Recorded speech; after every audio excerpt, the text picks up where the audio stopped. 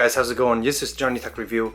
Today I have a quick review for you of this TurnYoung 4-inch dash cam. So this dash cam here features an f2.0 lens and it has a 155-degree field view, so that kind of give you an idea. So this is the front. You can see the lens right here. I have this little fake adjusting ring here, kind of like a camera, but you cannot adjust that. There's the TurnYoung logo, and then here you have a little infrared light that I cannot seem to get to work at all. And here some branding and some microphone stuff like that. So this little dash cam here is outputting 1080p, and here you can see the most striking features of this camera, of course, is this screen here.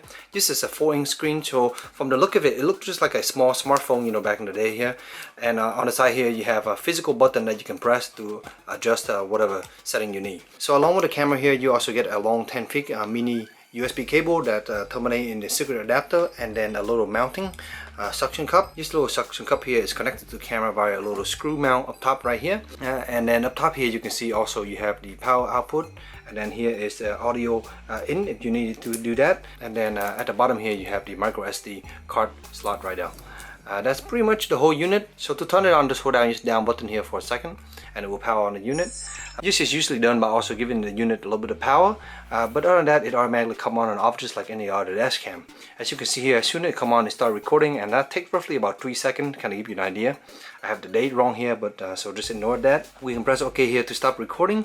We can switch between the mode here to go to picture. This thing can do a 5-megapixel shooter, and then it also can go into preview mode, which you can go up and down here to switch between the different footage that you have in the camera now. While we're in this mode, we can go to menu. We can see here we can do the slideshow. We can also go to the setting here to change the standard system stuff, like turn the sound off, change the frequency, screensaver, etc. So if we go back to the mode here, we can go back to the video mode. As you can see the live footage now. It's pretty much right away, so there's not much any delay or anything like that.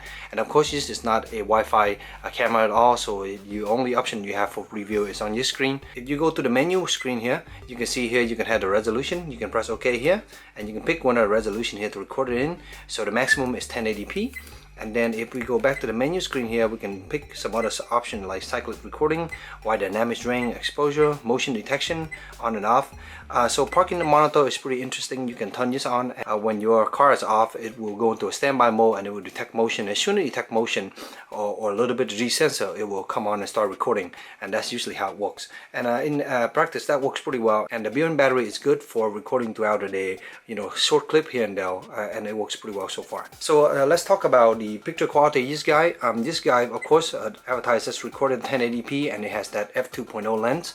However, I do notice that the footage does look pretty good during the day. In the afternoon around dusk time and at night, it still look pretty good. However, I never seen the infrared light ever kick on, and I don't even know if there's any setting to turn it on. It just never seemed to come on. The picture image again is good, but there is a problem I have with it, is that it's a little bit too soft. I think the lens is focusing a little bit too close, and so when it's focusing, you can see in my videos, it seemed like my glass seemed to be pretty sharp. However, the object far away from my car doesn't seem as sharp. There's no adjustment of that at all.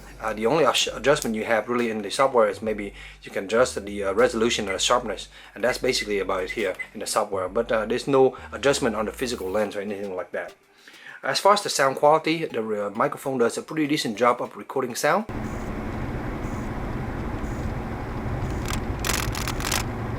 However, as you can hear though, there's a lot of clickering and stuff. That's because really this is the main problem I have with the unit.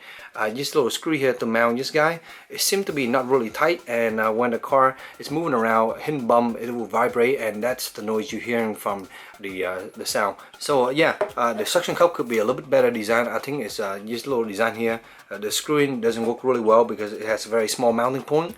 The camera itself is very flat, so yeah, instead of using a slide mechanism, they use this little screw mount here, and for me it's still vibrating a little bit because I think this little screw here doesn't have a good support for reducing a lot of vibration. Real camera work is you connect it to this port right here, and then you run this into this guy here, and then you connect this to your rear brake light. So when you're reversing, this camera will kick in and record some footage. So here's an example with that real backup camera plug in. Kind of give you an idea. The flickering is actually from the camera, so that's normally not there, but that kind of give you an idea. The real backup camera is not that high quality or anything like that either. Honestly, I already have a built-in backup camera in my car, so I didn't really bother messing with this, but keep in mind that this is an option, but also it requires a little bit of installation, especially splicing your break cable light if you need to do that. Other than that, it's a pretty simple dash cam. It works pretty well. It comes with an 8 gig memory card. I did change it out to a 32 gigs down here, but other than that, not much more about it. It works well, but I do have some reservation regarding the amount and also the picture quality being a little bit soft. Thanks to TurnYoung to send out this unit for me to review. Hope your short little review helped you guys in your purchase decision. If you guys have any questions, just leave it in the comment box below, and as always, subscribe and stay tuned for future review. Thank you.